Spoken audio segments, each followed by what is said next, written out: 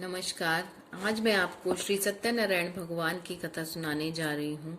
इस कथा के श्रवण मात्र से मनुष्य इस लोक में सुख भोग कर अंत में वैकुंठ धाम को जाता है। बोलो श्री सत्यनारायण भगवान की जय। पहला अध्याय। एक समय नैमिषारण्य तीर्थ में शौनक आदि 88,000 ऋषियों ने श्री सूत जी से पूछा, हे प्रभु, इस कलयुग में वेद विद्या रहित मनुष्यों को प्रभु भक्ति किस प्रकार मिलेगी तथा उनका उद्धार कैसे होगा। हे मुनि श्रेष्ठ, कोई ऐसा तप बताइए जिससे थोड़े समय में ही पुण्य प्राप्त हो तथा मनोवांछित फल मिले। ये कथा सुनने की हमारी इच्छा है। सर्वशास्त्र ज्ञाता श्री सूत जी बोले, हे वैष्णव,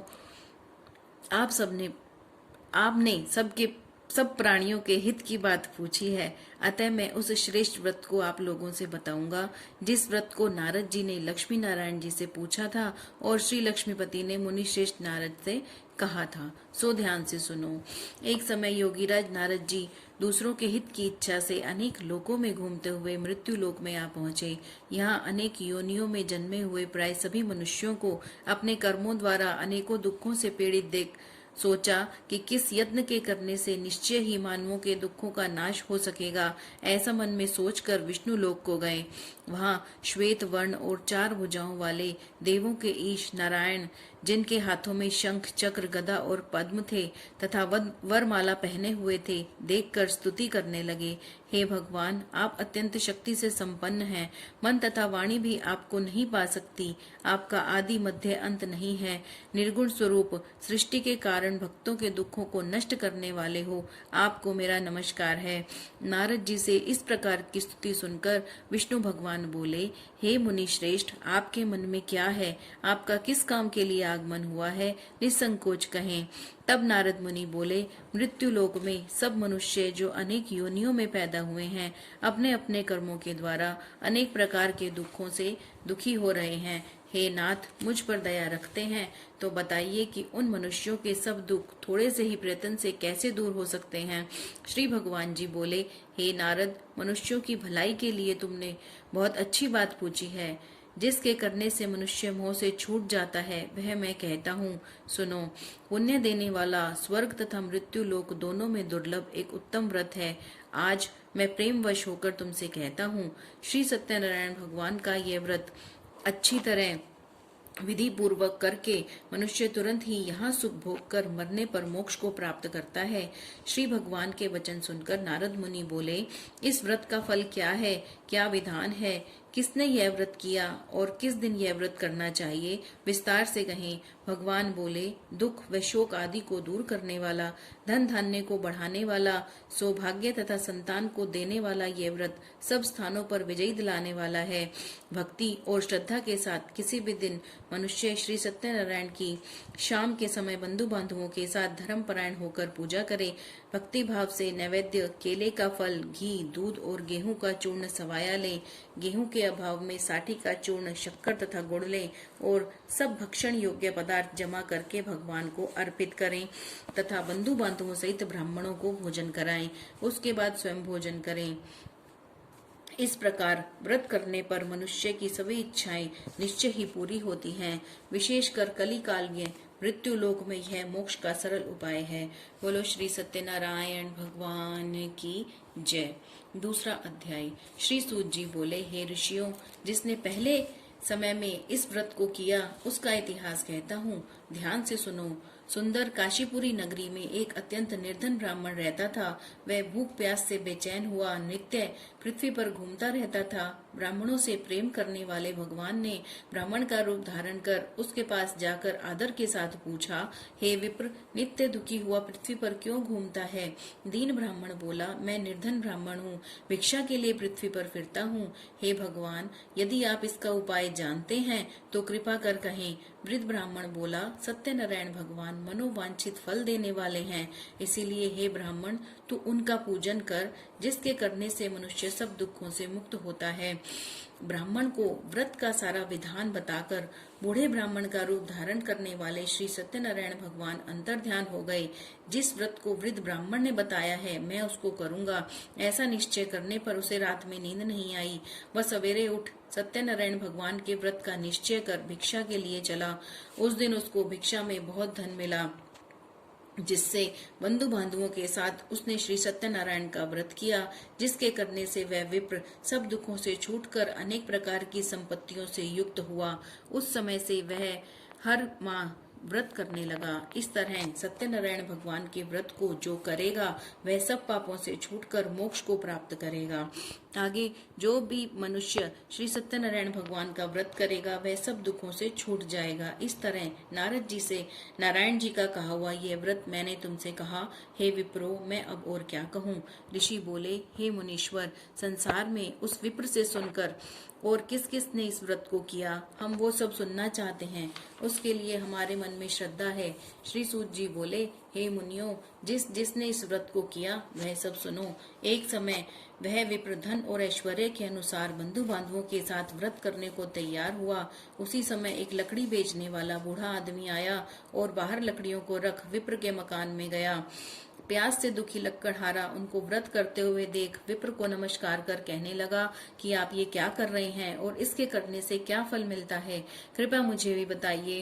ब्राह्मण ने कहा, सब मनोकामनाओं को पूरा करने वाला यह श्री सत्यनारायण भगवान का व्रत है। इसकी ही कृपा से मेरे यहाँ धन धान्य आदि में वृद्धि हुई है। विप्र से इस व्रत के बारे में जानकर लक्कड़हारा बहुत प्रसन्न हुआ।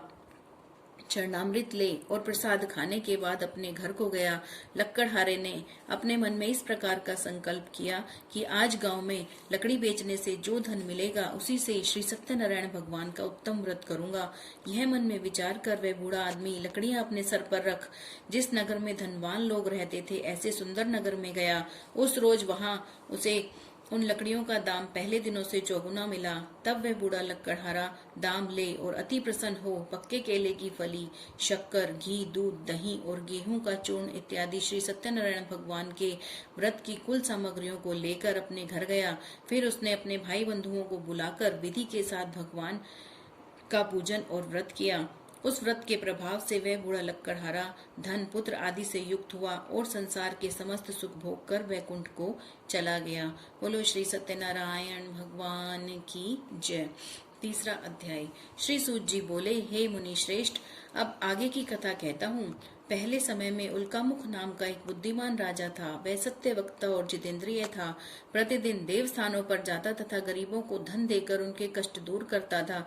उसकी पत्नी कमल के समान मुख वाली और सती साध्वी थी। भद्रशिला नदी के तट पर उन दोनों ने श्री सत्यनारायण भगवान का व्रत किया। उस समय वहाँ एक साधु नामक वैश्य आया। उसके पास व्यापार के लिए बहुत सा धन था।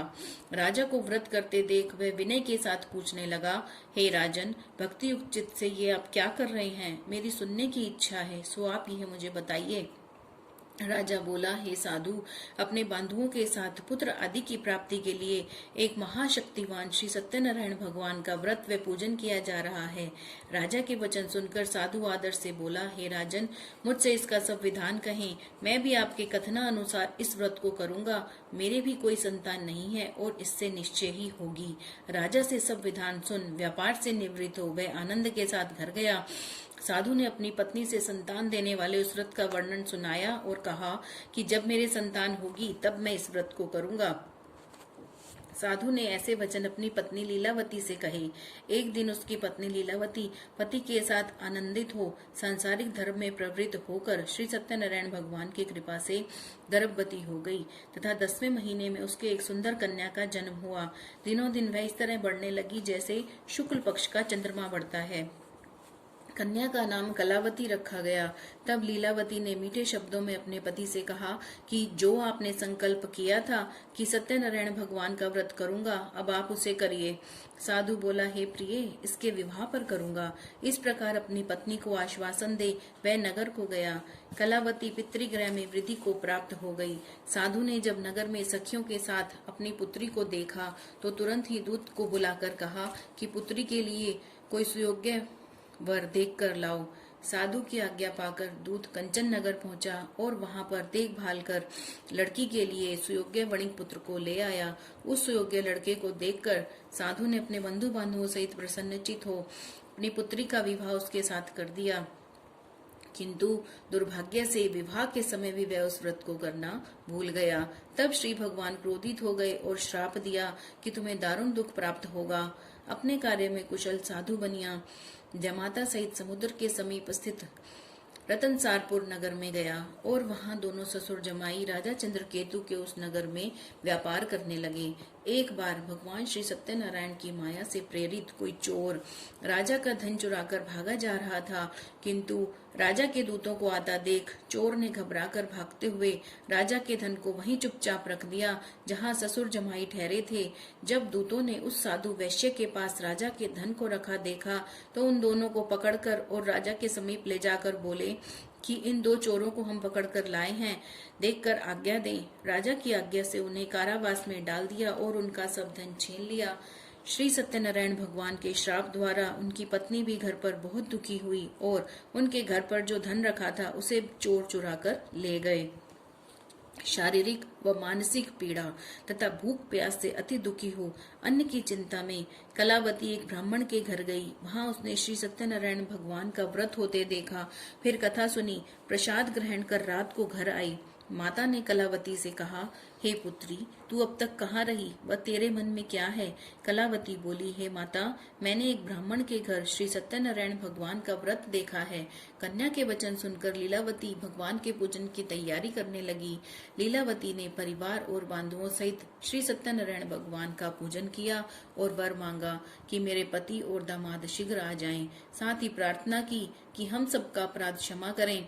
श्री सत्यनारायण भगवान इस व्रत से संतुष्ट हो गए और राजा चंद्रकेतु को स्वप्न में दर्शन देकर कहा, हे राजन, दोनों वैश्यों को प्रातः ही छोड़ दो और उनका सारा धन जो तुमने लिया है उन्हें वापस दे दो, नहीं तो मैं तुम्हारा धन, राज्य, पुत्र आदि सब नष्ट कर दूंगा। राजा से ऐसा कहकर भगवान अंतर ध्यान हो गए। प्रातःकाल राजा चंद्रकेतु ने सभा में अपना स्वप्न सुनाया। फिर दोनों वणिक पुत्रों को कैद से मुक्त कर सभा में बुलाया। दोनों ने आते ही राजा को नमस्कार किया। राजा ने मीठे वचनों में बोला, हे महानुभावों, भाग्यवश ऐसा कठिन दुख तुम्हें प्राप्त हुआ है, अब कोई भय नहीं। ऐसा कहकर राजा ने उनको नए नए वस्त्र आभूषण पहनाए और उनका जितना धन लिया था उससे दोगुना धन देकर आदर के साथ विदा किया। दोनों वैश्य अपने घर को चल दिए। बोलो श्री सत्यनारायण भगवान की जय। चतुर्थ अध्याय। श्री सूत जी बोले, वैश्य ने मंगलाचार करके यात्रा आरंभ की और अपने नगर को चल दिया। उनके थोड़ी दूर निकलने पर दंडी वेशधारी श्री सत्यनारायण ने उनसे पूछा, हे साधु, तेरी नाव में क्या है? अभिमानिक वणिक हंसता हुआ बोला, हे दंडी, आप क्यों पूछते हो? क्या धन लेने की इच्छा है? मेरी नाव में तो बेल और पत्ते भरे हैं। वैश्य का कठोर वचन सुनकर श्री भगवान ने कहा, तुम्हारा वचन सत्य हो। दंडी ऐसा कहकर वहां से दूर चले गए और कुछ दूर जाकर समुद्र के किनारे बैठ गए। दंडी के जाने पर वैश्य ने नित्य क्रिया करने के बाद नाव को ऊंचा उठा देख अचंभा किया और नाव में बेल पत्ते आदि देख मूर्छित हो जमीन पर गिर पड़ा। फिर मूर्छा खुलने पर अत्यंत शोक प्रकट करने लगा। तब उसका दामाद बोला कि आप शोक ना करें, यह दंडी का श्राप है, अतः उनकी शरण में चलना चाहिए, तभी हमारी मनोकामना पूरी होगी। दामाद के वचन सुनकर वह दंडी के पास पहुंचा और अत्यंत भक्ति भाव से नमस्कार कर बोला कि मैंने जो आपसे असत्य वचन कहे थे उनको क्षमा करें। ऐसा कहकर शोकातुर हो रोने लगा। तब दंडी भगवान बोले, हे वणिक पुत्र, मेरी आज्ञा से बार बार तुम्हें दुख प्राप्त हुआ है, तू मेरी पूजा से विमुख हुआ है। साधु बोला, हे भगवान, आपकी माया को ब्रह्मा आदि देवता भी नहीं जानते, तब मैं अज्ञानी कैसे जान सकता हूँ? आप प्रसन्न होइए, मैं सामर्थ्य के अनुसार आपकी पूजा करूंगा। मेरी रक्षा करो और पहले के समान नौका में धन भर दो। उसके भक्ति युक्त वचन सुनकर भगवान प्रसन्न हो उसकी इच्छा अनुसार वर देकर अंतर ध्यान हो गए। तब उन्होंने नाव पे आकर देखा कि नाव धन से परिपूर्ण है। फिर वह श्री सत्यनारायण भगवान का पूजन कर साथियों सहित अपने नगर को चला। जब वह अपने नगर के निकट पहुंचा तब दूत को घर भेजा। दूत ने साधु के घर जाकर उसकी पत्नी को नमस्कार कर कहा कि साधु अपने दामाद सहित इस नगर के समीप आ गए हैं। ऐसा सुन साधु की पत्नी ने बड़े हर्ष के साथ श्री सत्यनारायण का पूजन कर पुत्री से कहा कि मैं अपने पति के दर्शन को जाती हूँ, तू कार्य पूर्ण कर शीघ्र आना। माता के ऐसे वचन सुनकर कलावती प्रसाद छोड़कर जल्दी में पति के पास गई। प्रसाद की अवज्ञा के कारण श्री सत्यनारायण भगवान ने रुष्ट हो उसके पति को नाव सहित पानी में डुबो दिया। कलावती अपने पति को ना देखकर रोती हुई जमीन पर गिर गई। इस तरह नौका को डूबा हुआ तथा कन्या को रोता हुआ देख साधु दुखी हो बोला, हे प्रभु, मुझसे या मेरे परिवार से जो भूल हुई है उसे क्षमा करें। उसके दीन वचन सुनकर श्री सत्यनारायण भगवान प्रसन्न हो गए और आकाशवाणी हुई, हे साधु, तेरी कन्या मेरे प्रसाद को छोड़कर आई है, इसीलिए इसका पति अदृश्य हुआ है। यदि वह घर जाकर प्रसाद खाकर लौटे तो इसे पति अवश्य मिलेगा। आकाशवाणी सुनकर कलावती ने घर पहुंचकर प्रसाद खाया, फिर पति के दर्शन किए। तत्पश्चात साधु ने बंधु बांधवों सहित श्री सत्यनारायण भगवान का विधि पूर्वक पूजन किया। इस लोक का सुख भोग के अंत में स्वर्ग लोक को गया। बोलो श्री सत्यनारायण भगवान की जय। 5वां अध्याय। सूत जी बोले, हे ऋषियों, मैं और भी कथा कहता हूँ, सुनो। प्रजा पालन में लीन तुंगध्वज नाम का एक राजा था। उसने भी भगवान का प्रसाद त्याग कर बहुत दुख पाया। एक समय वन में जाकर वन्य पशुओं को मारकर बड़ के पेड़ के नीचे आया। वहां उसने ग्वालों को भक्ति भाव से बांधवों सहित श्री सत्यनारायण जी का पूजन करते देखा। राजा ने देखकर भी अभिमानवश वहां नहीं गया और ना ही नमस्कार किया। जब ग्वालों ने श्री भगवान का प्रसाद उसके सामने रखा तो वह प्रसाद त्याग कर अपनी नगरी को चला। वहां पहुंचकर उसने अपना सब कुछ नष्ट पाया। तब वह जान गया कि ये सब भगवान ने किया है। तब वह विश्वास कर ग्वालों के पास गया और विधि पूर्वक पूजन कर प्रसाद खाया तो श्री सत्यनारायण भगवान की कृपा से सब कुछ पहले जैसा था वैसा ही हो गया।